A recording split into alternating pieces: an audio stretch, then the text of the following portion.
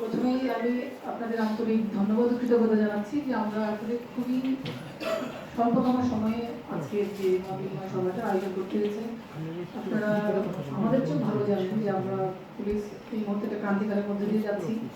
5 August পরবর্তী সময় দিয়ে যাচ্ছি, তার মধ্যে আরও যে সাম্প্রতিক সময়ে আপনারা দেখেছেন যে আমরা একদিনে 64 জেলার পুলিশ সুপার হচ্ছে কর্মস্থল ত্যাগ করে কর্মস্থলে যোগদান করেছি।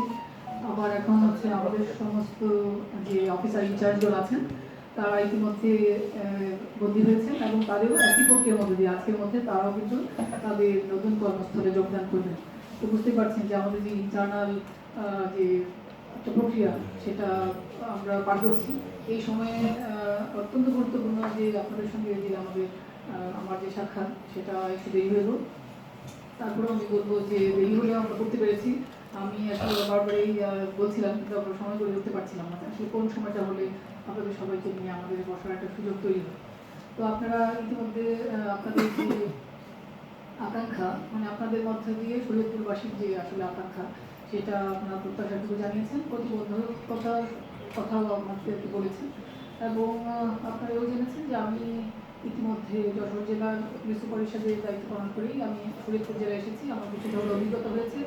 আমি আপনাদের মাধ্যমে যে শরীয়তপুর জেলার যে ক্রাইমের যে আর্কিটেকচার সম্পর্কে যেটা আমি জানলাম আসলে সেটা আমার সহকর্মীদের চেয়েও আসলে একদম খুব অল্প সময়ের মধ্যে আমি আপনাদের থেকে আরও অনেক একটা স্পষ্ট ধারণা পেয়েছি এবং আমি দেখতে পাচ্ছি যে এখানকার যে ককটেল, তারপরে কিশোর গ্যাং, তারপর হচ্ছে মাদক, এই যে সমস্যাগুলির কথা বললেন সেই একই আসলে ফ্রেম থেকেই আমি এখন এসেছি।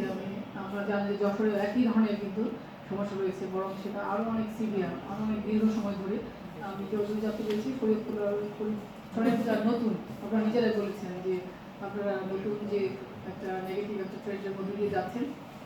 তো আমি ইতিমধ্যে অফিসারদের সাথে বসেছি এবং আমি কয়েকটা কথা বলেছি, সেটা আজকে আপনাদের মধ্যে থেকেও সেটা এসেছে যে মাদকের ক্যারিয়ার গ্রেফতার করার মধ্যে আসলে আমাদের কোনো সাকসেস নেই। আমাদেরকে ধরতে হয় হচ্ছে যার মাধ্যমে আসলে মাদকের ব্যবসাটা পরিচালিত হয়ে আসছে, আমরা প্রাইমারি ডিটেকশনটা বলি, সেটা আমি ইতিমধ্যে বলেছি। আমরা আমাদের সর্বোচ্চ চেষ্টা করবো যে এখানকার যে মাদকের যে সিন্ডিকেট যেটা সেটা পর্যন্ত বলছি সেটা যেন ভেঙে দিতে পারি, যারা সাধারণ মানুষের কাছে এই যে মাদক যেটা আসলে একটা পরিবারকে ধ্বংস করার জন্য, সমাজকে ধ্বংস করার জন্য যথেষ্ট, সেটার ব্যাপারে অবশ্যই আমাদের সর্বোচ্চ চেষ্টা থাকবে। এবং এটাতে কিছু প্রতিবন্ধকতা রয়েছে, আপনারাও জানেন যে মাদক আসলে একটা সময়ের মধ্য দিয়ে এই মাদকটা আসলে আমাদের শেষ করতে হয়। আমরা ইচ্ছে করলেই দীর্ঘ সময় নিয়ে যে তদন্ত করবো সেই সুযোগটা পাই না, তার মধ্যেও আমরা অব্যাহত রাখবো। যুগ যুগ ধরে চলে আসছে, এখন যে পরিস্থিতিটা এই অবস্থায় গিয়েছে আমাদের সাংবাদিক ভাইরা